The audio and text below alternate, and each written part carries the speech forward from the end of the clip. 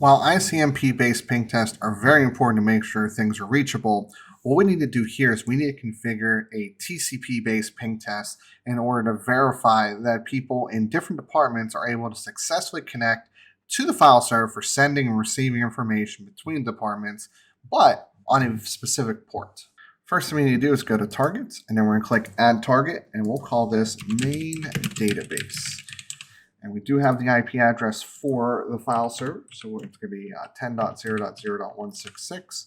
And then we're going to click Ping, and we're going to edit the configuration here. We're going to change from ICMP to TCP, and what you'll notice is interval will automatically jump to 60 seconds. We're going to specify port 445, and here's where you can configure what flags you want to set here. You can specify a specific MTU size. You cannot calculate your MOS for this kind of ping test, so do note that. And here's some additional changes you can make as well.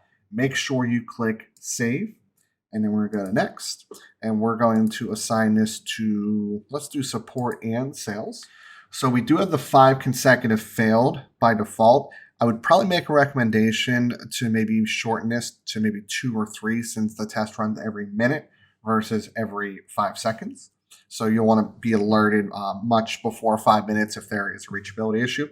But this is an on-prem server that should have a very low RTT. So we're going to do our pre-done 10 millisecond anomaly detection test that we made earlier. Check out the anomaly detection video if you want some more information about that. We'll again click Next.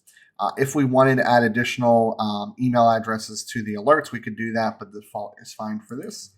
We'll then go ahead and click Save, and then we'll click on Made Database. Give us a couple seconds to populate here, and we'll wait for one of these agents to run the test. Since it does run every minute, it can take a little bit of time before you see some live data. Wait a few minutes, we can see that the tests are pretty much running to about 5 to 8 milliseconds, which is what we're looking for. But that is how you configure a ping test to monitor a TCP-based application. And as always, if you have any questions, feel free to reach out to us at success@netbees.net.